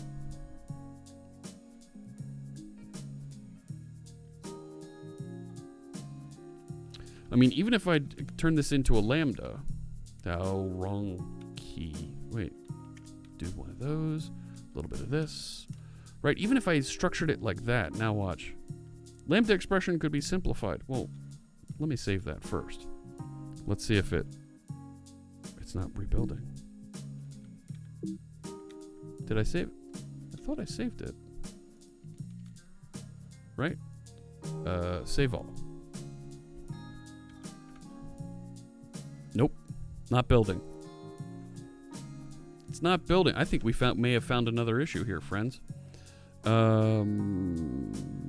So if we go down into Pixelbot, Orchestrator, and we .NET build, and I'll do it over here by hand so we can see if it actually builds properly. You have more free time for code lately. Terrific. That built. Ha-ha! And now it built properly over here. Strange. But, okay. It's working. Moving on. So let's see what happens if I control dot and replace with the method group, which is exactly what it looked like before. Right? I thought I just saved that, right? I thought it was... Oh, it's Control S to save. I've been doing Option S. No, Command S. There it goes. Now it's started, and we should see it build and do the thing. Free time? What's this free time you speak of? Teenagers in the end of the school year. Amen. Twitch limits undocumented APIs? They do. Yeah. Yeah, they do.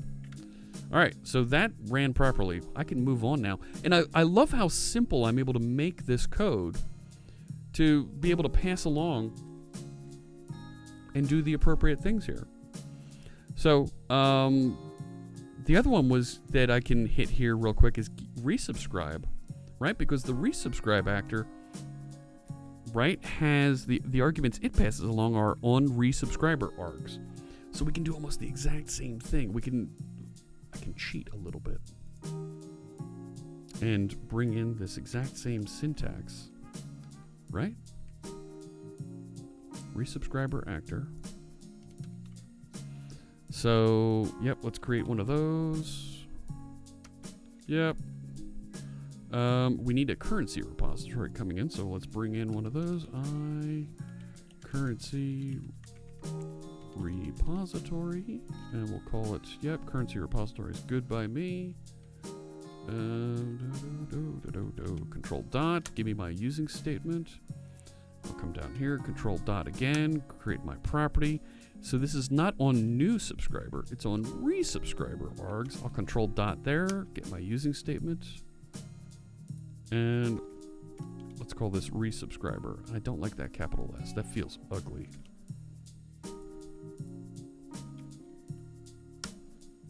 Oh, no, I didn't want to do that. No. I want to create that as a method group. There we go. All right, so now I have the method. I'm going to move you down a little bit.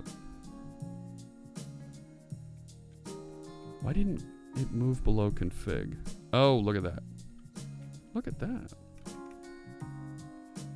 We're going to move you up here, because that's kind of a property. I like my properties up near the top.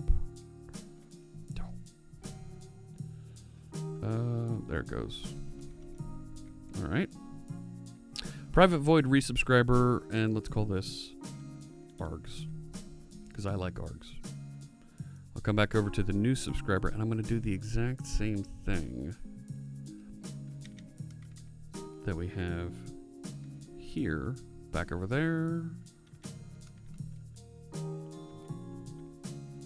If config currency enabled, handle currency. That kind of makes sense. Generate the method, please do. But now why is that? Why is no? That's better. Much better. Okay. So the handle currency is actually the exact same syntax over here. So I will just copy, join back over here, carriage return, throw that in, and boom goes the dynamite. Why doesn't it know what a resubscriber is? It's a resubscriber. Oh, look at that. It's beautiful. That's it. I feel really good about how simple that is. What do we got here? Syntac with the Overwatch League indicator there. +1 for the FusionNet. Thank you, Syntac. I appreciate that. People know me. People do know me. I don't know which people. Evidently, you people in the chat room know me, but you know. Rumor is the Overwatch League finals will be held in Philly. Really? While that would be cool, the facility that they would try to hold that in, the Wells Fargo Center, I think that's what it's called this year. Is that what it's still called? It might be still called that. Would be extremely busy in the September-October timeframe because you've got basketball and hockey both starting at the same time. So to drop in Overwatch League there for a weekend might be a little tricky. It'd be very cool if it was. And certainly Comcast has the cash for that. But I would love to, and Syntac, me just spitballing and throwing ideas out there, I would love to see the Overwatch League finals at Universal Studios. Consider, it's Florida Mayhem's home. It's owned by Comcast. It's very much a neutral site. And think about all the tourists that would be coming through at Universal Studios to watch Universal Studios Florida to watch that event. It would be tremendous. The esports arena won't be ready until 2021, I thought. And it's supposed to be amazing. It's supposed to be phenomenal what they're building. The imagery around that is phenomenal. Gonna learn some C#. Congratulations, Node Botanist. You've made a very wise decision. It's illegal in 9 countries. No, it's perfectly fine. Anybody can learn C#. Don't say that. C#'s amazing. Everybody should learn it. You're making a loyalty system based on how long a viewer watches. Nice. You could use drops for that and receive the drop information on a channel. Always looking to polyglot, and that's amazing. That's really good stuff. But over 1,000 users, I don't really have any other options other than the chatter's endpoint. So if you're listening to IRC, if you listen to IRC directly, if you open a TCP client and you listen to the IRC endpoint directly, you will hear and you will see the join and departure events that happen on the channel. So you can do some interaction that way. All right, looking back at the resubscriber here, I think we implemented the currency interaction for this event only. Easily here. I think this works nicely. Now, we do have a little bit of a problem because we're calling resubscribe actor over here in the channel actor, right? We call create actor, and it's right props create and of whatever type and passing in the configuration.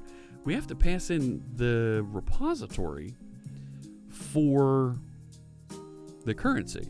So we need to figure out what that is and pass that in also. While it does build, this late bound construction here isn't gonna do it.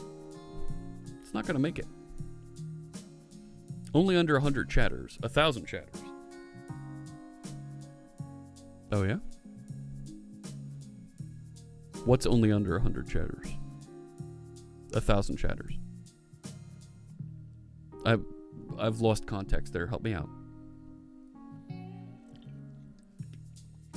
So, What time do we got? Oh, we are nearing the end of our time together. Twitch turns off the join in part on IRC over 1,000. I did not know that. All right. Learned something new. See, there, I just saw Carrie leave the channel. Bye, Carrie. We'll miss you. Okay. So we're going to need to... This won't execute properly when we actually try to run it. So we actually need to wire this up to a real object. But I want to finish the gift sub, and I want to finish the raid methods. Those two actors. Then we can light up and actually drop in a repository object, a real repository object, to interact there. So let's look at the raid actor.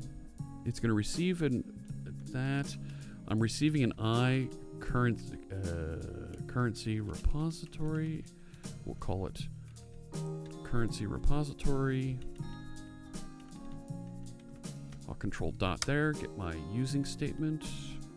I'm going to use the exact same syntax that we had for the new subscriber actor up here. Except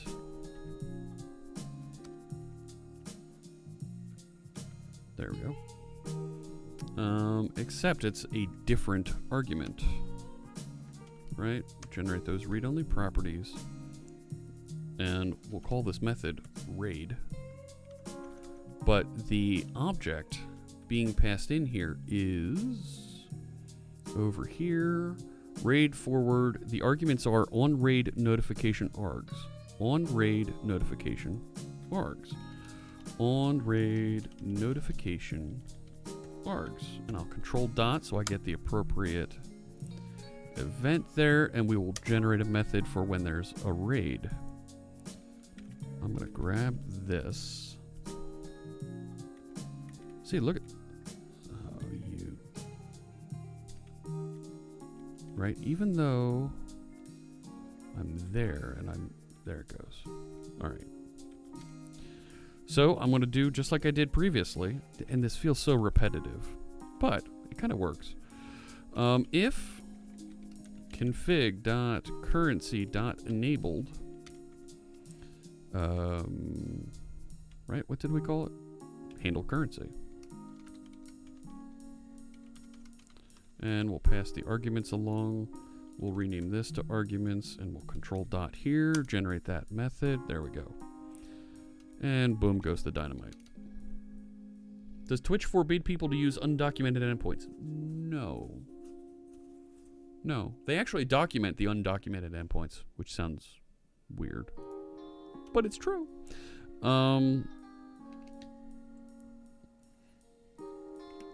So we're going to handle the currency when there is a raid. The logic for that, I'm going to cheat and pull from over here inside the on raid notification. Here we go. I'm just going to copy that and jump right back into the raid actor. And this I think is really saying something. This architecture, the more and more that I use the actor model architecture, the more and more I appreciate we're adhering to the single responsibility principle.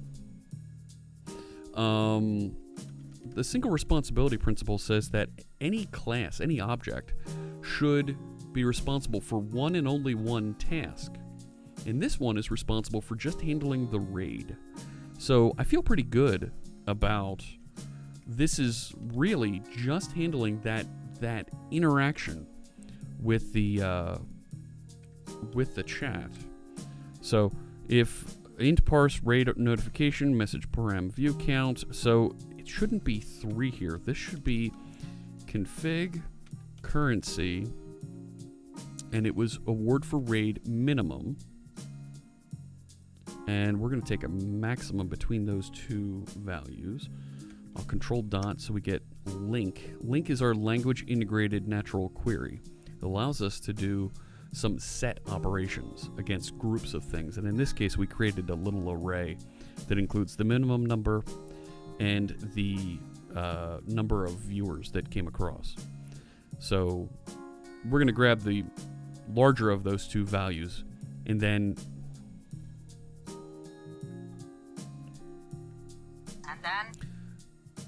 If it's over 200, we'll max out at 200. I could do another min-max type of thing there, but it's not add pixels for user, it's add, right, for user. We're going to add it to this person's display name. I thought we used not display name, but login? So that's not, let's not call this pixels. Do I have an F2? Can I do the F2 on this?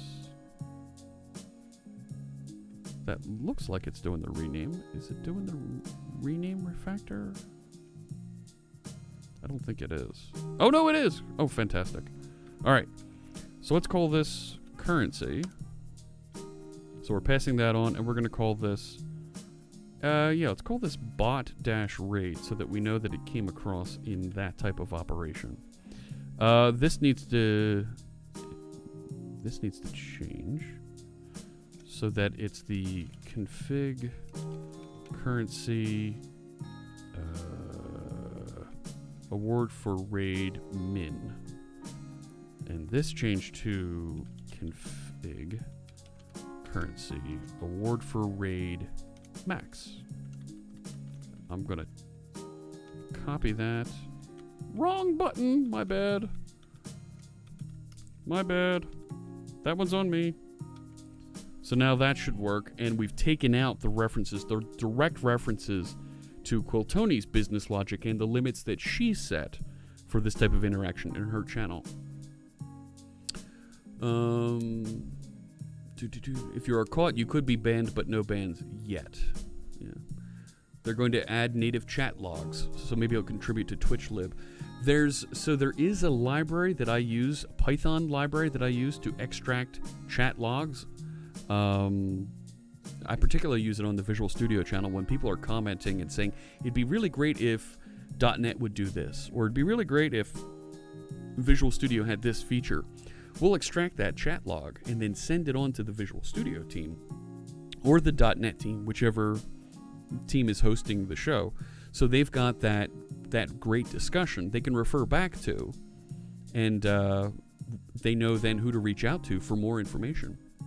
So there are features for that folks are using. All right. You know what? I think I want to do. Is there one more here that I wanted? One more event? Yeah. Let's do the gift sub real quick. So I need the same thing here. I need the not sell. Currency repository. Yep, currency repository, and I will control dot on that, get my using statement.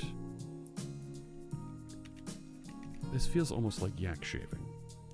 Almost. Not quite. And I'll paste that in. Control dot on all these. You see why typing out all of those things? Oh, wrong.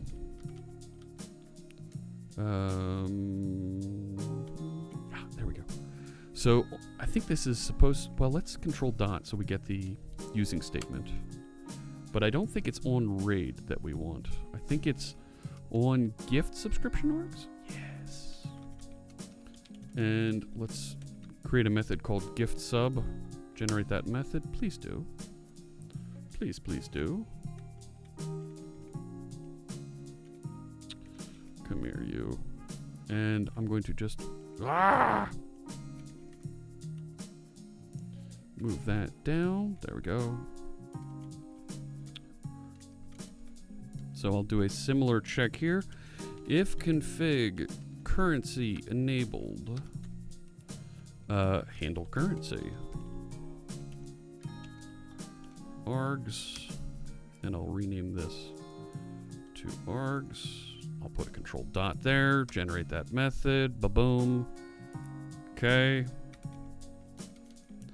And I'm going to run back over to the PixelBot class where it was handling the ungifted subscription and do the exact same thing.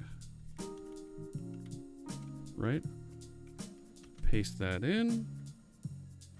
So instead of Google Sheet here, this is, right, currency repository. And this becomes add for user. This is args. And this is config currency award for gift sub. And we'll change this so that it knows that it was logged for the sub gifter. I'll do the same update down here. Currency repository, add pixels, and now it's add for user. And we'll grab the args, gifted subscription message param recipient. The recipient, yes. All right. So now we need to do that same type of lookup that we did before. You know what? There was a nice way that was structured. Right there.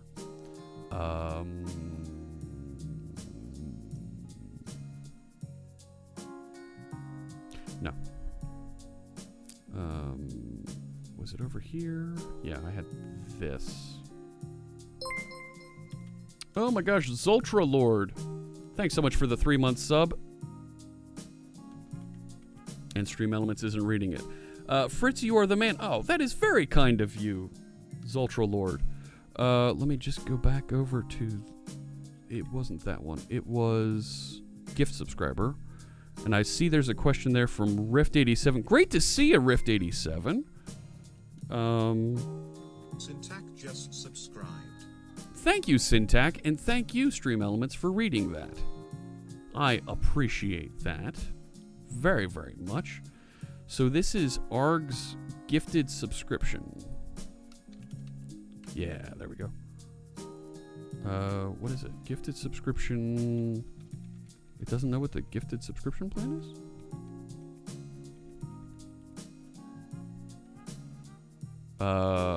Message param subplan. Okay. So that'll figure out the currency to award. So then instead of doing this,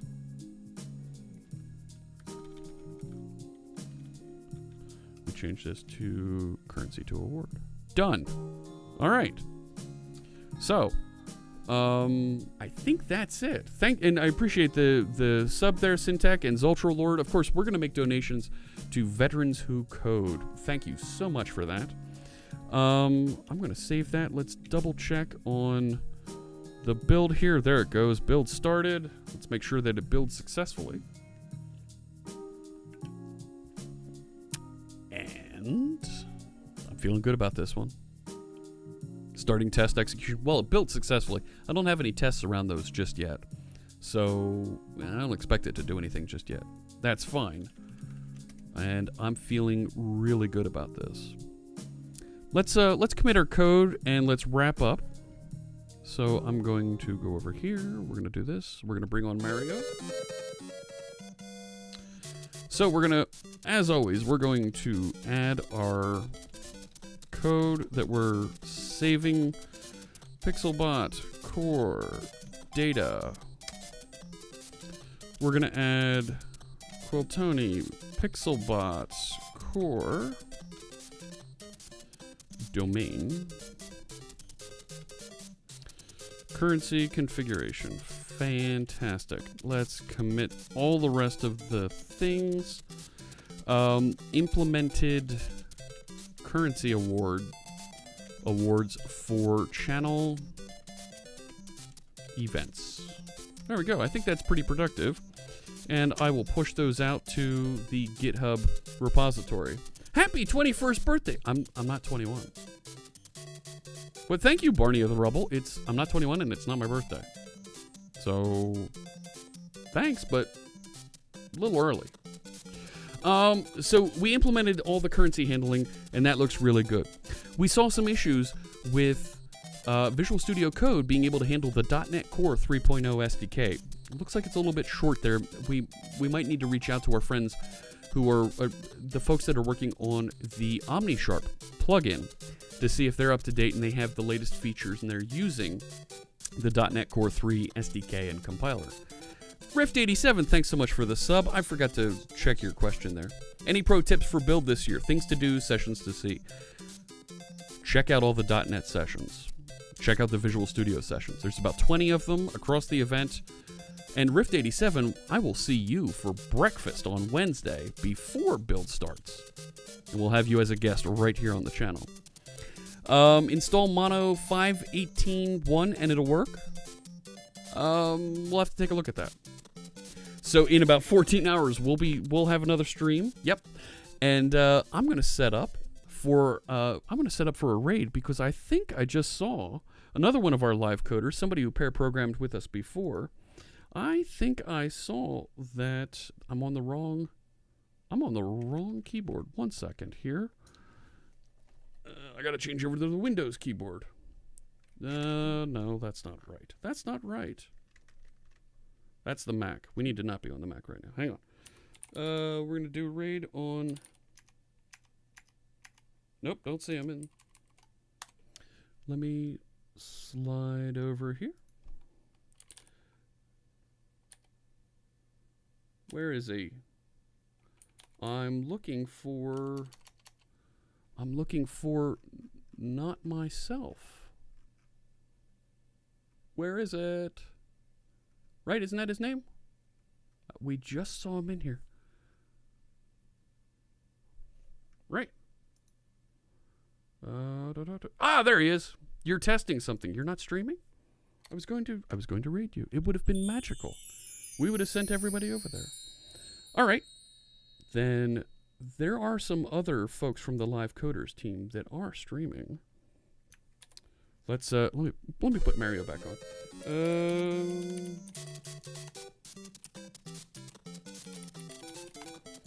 And it's a little bit early to head over to Ninja Bunny.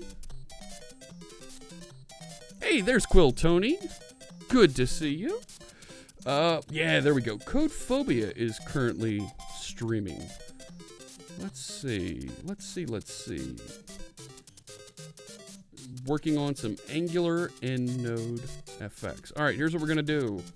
Raiders, you get ready. We're going to head over there. Let's put out the raid call. And we're going to set up to raid code. I'm on the wrong keyboard. This is so tricky. There we go. There's Codephobia. Subscribers, grab that first line of text out of the chat. Non-subscribers, you can grab the second line of code out of chat, and we're going to let Codephobia know when we arrive, all right? Thanks so much for joining me. We'll be back tomorrow. We'll actually start implementing that integration with Google Spreadsheets so that we can run this test and see if we actually get messages and currency delivered into the spreadsheets when they're triggered. Thanks so much for joining me. This video, like all my other videos, will be over on the YouTube video a little bit later. In the next day or two, we'll try and get it loaded up there. Thanks so much, everybody, for joining me, and I'll see you tomorrow. All right? Take care. Say hello to Codephobia for me. It's been great. I'll see you then.